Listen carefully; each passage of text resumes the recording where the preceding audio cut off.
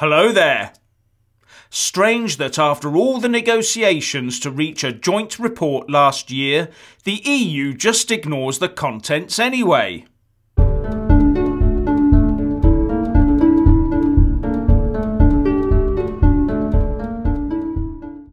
The EU's response in their draft legal agreement to what was in the joint report issued last year shows two things.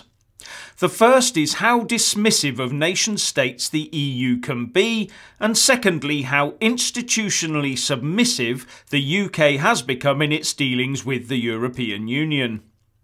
The EU does not care what is in the joint report.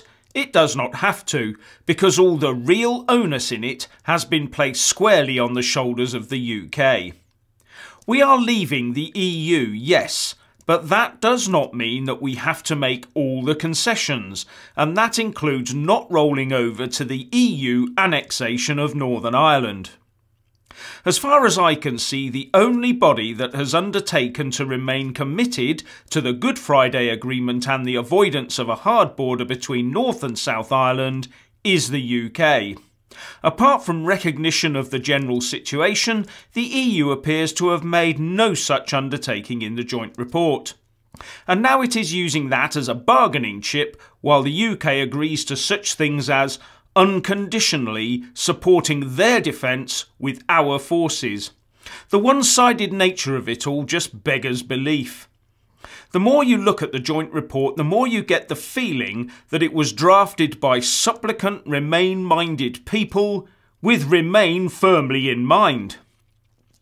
That report does way more to protect the EU internal market and keeping the Republic of Ireland firmly within it than it does for the aims of an independent UK.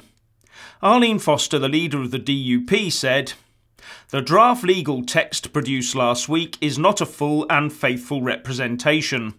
It is utterly unacceptable for Northern Ireland to be treated separately from the rest of the United Kingdom as set out in the draft EU legal text. We will never support any such concept, and the EU need to realise such concepts will never be accepted and agreed by the UK."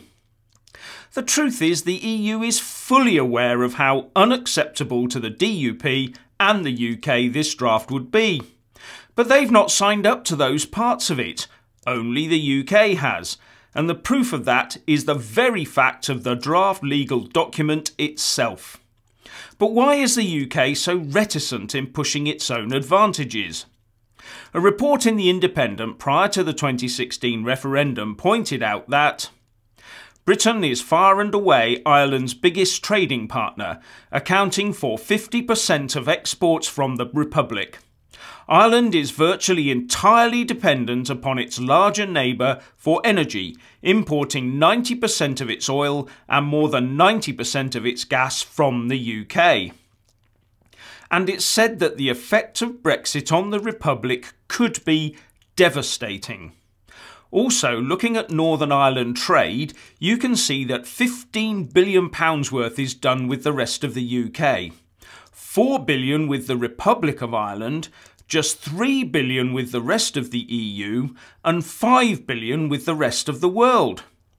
This puts the message out loud and clear that, where trade is concerned, the island of Ireland as a whole has more of a stake in a successful UK than it has in the European Union.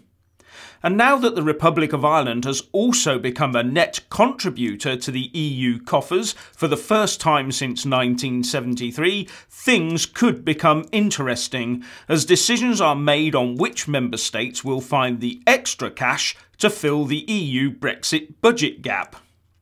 After all, would you want to belong to a political club that was doing its level best to distance you from the one marketplace that you rely on in an almost exclusive way? The UK needs to be playing hardball with this far more than it has, especially as both the Republic and the EU have proved they are quite happy to do so themselves. At least the words, "under the caveat that nothing is agreed until everything is agreed," are in the joint report to give the UK a get-out route to no deal, which may well be the end result anyway.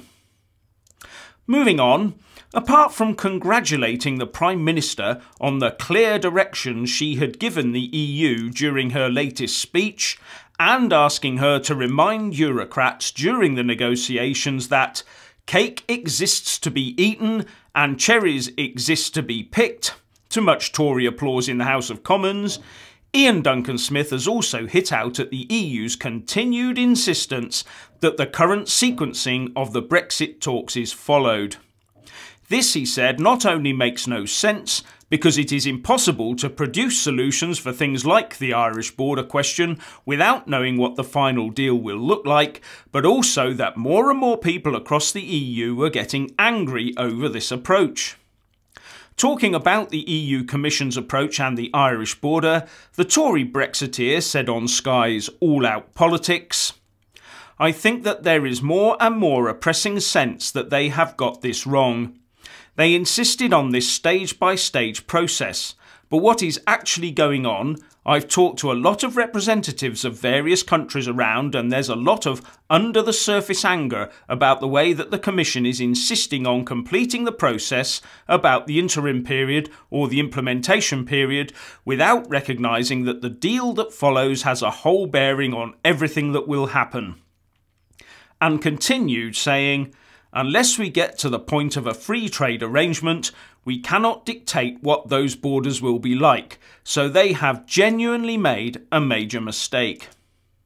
But one wonders exactly who our PM is really listening to on Brexit when the Times reports that she sought advice on what to put in her Brexit speech from one David Cameron. Especially worrying when the committed Remainer is understood to have told her that the contents of her speech were sensible. Very worrying, in fact. And we'll end on some little publicised stats.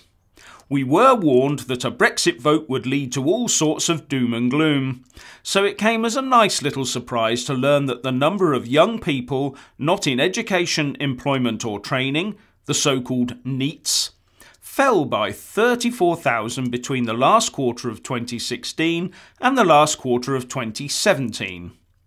Don't get me wrong, there are still 794,000 young people in this position, and that in my book is 794,000 too many.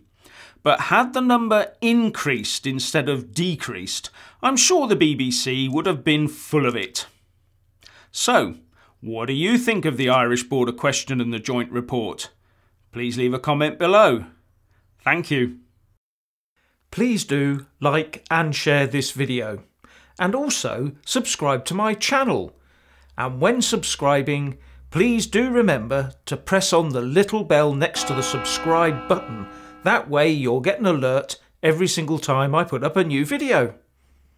Thank you very much for watching.